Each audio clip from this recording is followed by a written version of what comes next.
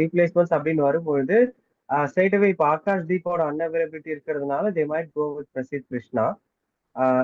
Still we have this option, Shardul Thakur இருக்காருன்னும் போது பிரசித் கிருஷ்ணா ஏன்னா அகைன் ஓல்ட் டிராஃபோர்ட் வந்து பை டைம்ஸ் லார்ட்ஸ்ல நம்ம ஒரு பேட்டர் நல்லா பெர்ஃபார்ம் பண்றது அப்படிங்கிறது வந்து இட் ஷோஸ் தட் ஒரு ஒரு எப்படி சொல்றது ஒரு ப்ரைடு மாதிரி ஃபீல் பண்ணப்பட்டுச்சு. வேற ஓல்ட் டிராஃபோர்ட் அப்படிங்கிறது வந்து it shows the real credibility of a batter because it's that kind of conditions the bowlers.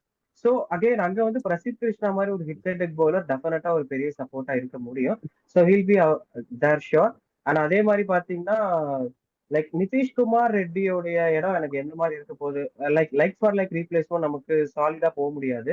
So that's going to be a big question mark. எனக்கு என்னன்னா நாளைக்கு வந்து solid batters like Sai Sudharsan வேணும். But நீங்க சொல்ற மாதிரி த்ருவ் ஜுரல் வந்து கருண் நாயரோட இடத்த ஃபில் பண்ணிட்டாரா, there is no spots left for someone like Sai Sudarshan.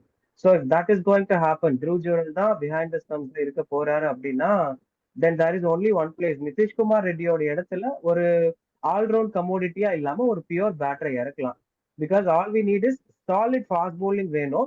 ரொம்ப பேக்கடா லைக் ஆல்ரவுண்டர்ஸ் தான் இல்லாம பியூர் பேட்டர்ஸ் அதிகமா இருக்கும்போது தான் ஓல்ட் டிராஃபோர்ட் கண்டிஷனுக்கு சூட்டபிளா இருக்கும்னு தோணுது.